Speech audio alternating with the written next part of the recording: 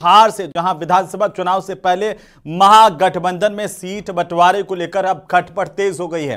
हालात इस तरह के हो गए हैं कुछ कि आज महागठबंधन की होने वाली बैठक को टाला गया है और इस बैठक में तेजस्वी समेत महागठबंधन के तमाम जो बड़े नेता हैं वो शामिल होने वाले थे, लेकिन अब इस बैठक को टाल दिया गया है और यह जानकारी दी गई है, बताया गया है कि आखिरकार सीट बंटवारे को लेकर चल रही खटपट की वजह से बैठक टाली गई है। ये रिपोर्ट देखिए।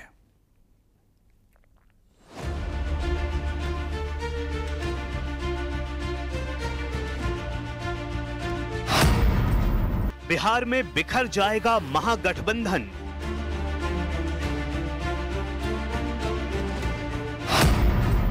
महागठबंधन के कुनबे में सीट पर कलह।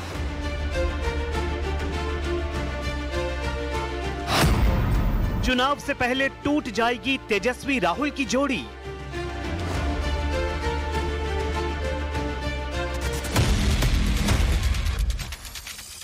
कभी हाथों में हाथ, कभी एक कार पर सवार,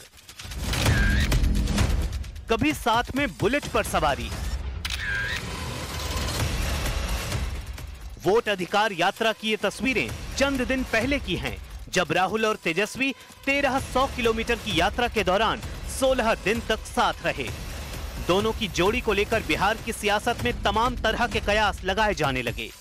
आरजेडी और कांग्रेस के समर्थक बिहार की सत्ता में वापसी का सपना संजोने लगे, लेकिन जैसे ही सीट बंटवारे की बात सामने आई, मानो सब कुछ बिखर गया, सपने टूट गए। दरअसल महागठबंधन में सीट बंटवारे का टकराव विवाद में बदलता दिख रहा है। इसकी तस्वीर साफ दिखी कांग्रेस प्रदेश अध्यक्ष राजेश राम के विधानसभा क्षेत्र कुटुंबा में। दरअसल 13 सितंबर को एक विवाह भवन में कांग्रेस ने बड़ी बैठक बुलाई थी। बैठक के लिए आरजेडी नेताओं को भी बुलाया गया, लेकिन वहां कोई आरजेडी नेता पहुंचा ही नहीं। इसे लेकर अब कांग्रेस के अंदर नाराजगी है। सिर्फ कुटुंबा ही नहीं, बिहार की एक एक सीट पर हम पूरी तैयारी कर रहे हैं। हमारे एक एक एलआई पार्टनर अपने कार्यकर्ताओं को तैयार कर रहे हैं अलग अलग कार्यक्रमों के जरिए। हम में कोई फूट नहीं है और कुटुंबा तो हमारा पारंपरिक सीट है। हमारे प्रदेश अध्यक्ष वहां पिछले 2 टर्म से एमएलए हैं, वो वहां के सबसे लोकप्रिय नेता हैं। भला हमारा कोई सहयोगी उस सीट को छोड़ने के लिए क्यों कहेगा हमसे? दरअसल ये पूरा मामला सीट बंटवारे की वजह से बिगड़ा, जिसमें कांग्रेस ने आरजेडी के सामने 70 जिताऊ सीट के साथ डिप्टी सीएम का पद लेने की शर्त रख दी है। मिली जानकारी के मुताबिक आरजेडी को ये शर्त मंजूर नहीं।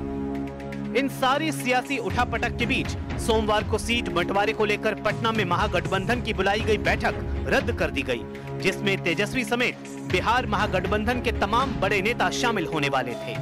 13 सितंबर को कुटुंबा के जिस भवन में बैठक के लिए आरजेडी का कोई नेता पहुंचा नहीं था, अब उसी भवन में आरजेडी सम्मेलन करने जा रही है। सीट बंटवारे पर सब फैसला हो चुका है।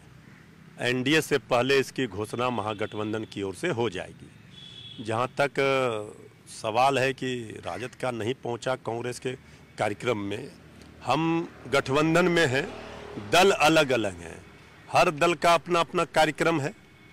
जब गठबंधन का कार्यक्रम बनता है तो सब दल एक साथ होते हैं। अभी वोटर अधिकार यात्रा में सब लोग थे गठबंधन के। अब श्री तेजस्वी यादव जी बिहार अधिकार यात्रा में निकल रहे हैं कल से।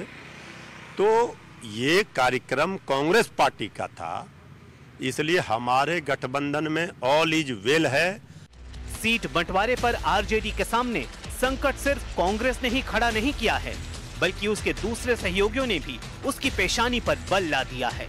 आरजेडी के दूसरे सहयोगी दल भी 65 से 70 सीटों की मांग पर अड़े हैं। तो वहीं लोकसभा चुनाव के दौरान तेजस्वी के साथ हेलीकॉप्टर में मछली पार्टी करने वाले वीआईपी पार्टी के मुकेश सहानी भी 60 सीटों के साथ डिप्टी सीएम पद की उम्मीद पाले बैठे हैं। 243 सीटों पर चुनाव लड़ने का ऐलान कर चुके तेजस्वी यादव के सामने अब कांग्रेस और वीआईपी की सीटों की शर्तें गले की फांस बन गई हैं। बड़ा सवाल यही है कि क्या महागठबंधन टूटेगा या आखिरी वक्त पर कोई समझौता उसे साध लेगा।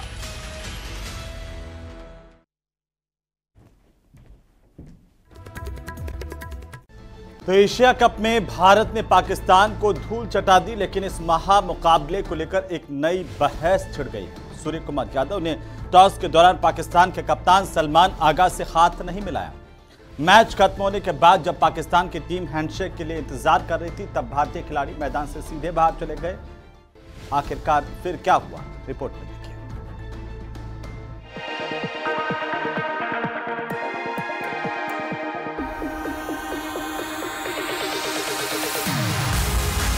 जिस तरह ऑपरेशन सिंदूर में भारतीय सेना ने पाकिस्तानी आर्मी के परकच्चे उड़ाए थे, ठीक उसी तरह टीम इंडिया ने भी पाकिस्तानी क्रिकेट टीम को धोकर रख दिया। यूएई में जारी एशिया कप 2025 में रविवार रात खेले गए ग्रुप ए के लीग मुकाबले में भारत ने पाकिस्तान को 25 गेंद रहते 7 विकेट से रौंद डाला। भारतीय टीम का मन यही नहीं भरा। जीत के बाद कप्तान सूर्य कुमार यादव ने पाकिस्तानी खिलाड़ियों से हाथ तक नहीं मिलाया। उधर सूर्या ने छक्के के साथ टीम को जीत दिलाई, तो इधर भारतीय खिलाड़ी फौरन ड्रेसिंग रूम का दरवाजा बंद करके अंदर चले गए। इससे पहले टॉस के दौरान भारतीय कप्तान सूर्य कुमार यादव और पाकिस्तान के सलमान आगा ने हैंडशेक नहीं किया था। इस जीत को कप्तान सूर्य कुमार यादव ने पहलगाम पीड़ितों को समर्पित किया। I just wanted to say something. I think it's a perfect occasion, and taking the time out, we stand by with the victims of the families of Pahalgam terror attack, and we express our solidarity. And also, most important thing for me, we want to dedicate today's win to all our armed forces who showed a lot of bravery. And they hope they continue to inspire us all, and we give them more reasons on the ground whenever we get an opportunity to make them smile. Team India के खिलाड़ियों ने हाथ नहीं मिलाया, तो Pakistani coach mic Hesson ने कहा कि मैच के बाद हाथ मिलाने का इंतजार टीम कर रही थी, लेकिन उन्हें पता चला कि भारत ने उन्हें नजरअंदाज कर दिया। इसके कारण उनके कप्तान सलमान आगा मैच के बाद टीवी इंटरव्यू में शामिल नहीं हुए। इन घटनाओं पर पाकिस्तान की नाराजगी मैच रेफरी एंटी पाइक्रॉफ्ट तक पहुंच गई। पीसीबी ने बयान दिया कि पाकिस्तान के टीम मैनेजर ने उनके खिलाफ औपचारिक विरोध दर्ज कराया है, क्योंकि उन्होंने कप्तानों के टॉस के दौरान हाथ न मिलाने का अनुरोध किया था। टॉस जीतकर पहले बल्लेबाजी करते हुए पाकिस्तान टीम 9 विकेट पर 127 रन ही बना पाई। स्पिनर अक्षर पटेल ने 4 ओवर में 18 रन देकर, कुलदीप ने 4 ओवर में 18 रन देकर 3 और वरुण ने 4 ओवर में 24 रन देकर 1 विकेट लिया। जवाब में भारत ने 15 ओवर की 5 गेंद में लक्ष्य हासिल करके अभिषेक शर्मा ने इस दौरान 12 गेंद में 31 रन बनाए। अपना 35वां जन्मदिन मना रहे सूर्य कुमार यादव ने 37 गेंद में नाबाद 47 रन की पारी खेली। Bureau report, news 18, UP Uttarakhand.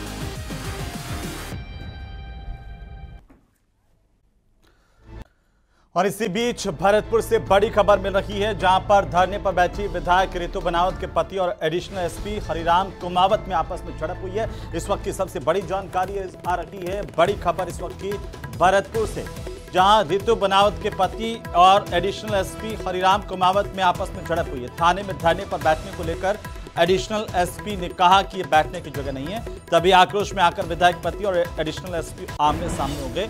Rudawal थाने के इलाके के बसई गांव में हुए झगड़े से जुड़ा हुआ पूरा मामला बताया जा रहा है। फिलहाल रितु बनावत धरने पर बैठी हैं, उनके समर्थक धरने पर हैं। बड़ी खबर भरतपुर से, तस्वीरें भी सामने आई है। तस्वीरें सबसे पहले सबसे तेज न्यूज़ 18 राजस्थान पर आपकी टीवी स्क्रीन पर देखिए।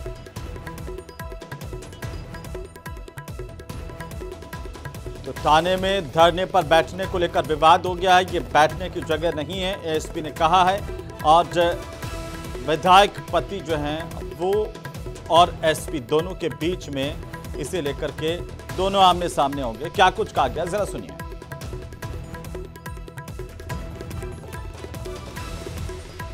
हमारी समाज के लिए बैठे, हमारी समाज के लिए बैठे, बैठने की जगह नहीं है, बैठने की जगह महिला को हाथापाई करने की जगह, कुर्सी के लिए कहा है, महिला को हाथापाई करने की जगह, कुर्सी के लिए कहा है,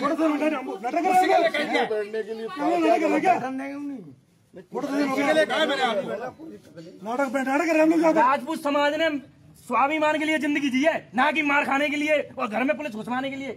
कोई जेंट्स होता तो घुसती, कोई जेंट्स पूरे काम में नहीं, महिलाओं ने जोर किया था। और इसी बीच बालोतरा के पटौदी से इस वक्त की सबसे बड़ी जानकारी सामने आ रही है। पटौदी के सांगरा नाडी जामत नगर में युवक का एक शव मिला है।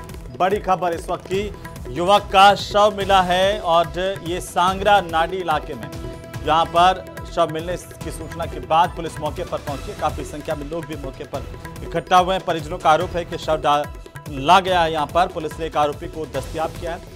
मृतक के शव को मोर्चरी में रखवाया गया है। वहीं पुलिस के आला अधिकारी मौके पर पहुंचे। घटनास्थल से साक्ष्य जुटाने के लिए टीमें भी मौके पर पहुंची हैं। बहरहाल हत्या के कारणों का अभी तक खुलासा नहीं हुआ है। पुलिस मामले को लेकर जांच कर रही है, तफ्तीश कर रही है। ये बड़ी जानकारी है इस वक्त की। बड़ी खबर बालोतरा के इलाके से, जहां पर एक शव मिलने से सनसनी फैल गई। पुलिस फिलहाल इस पूरे मामले को लेकर जांच कर रही है।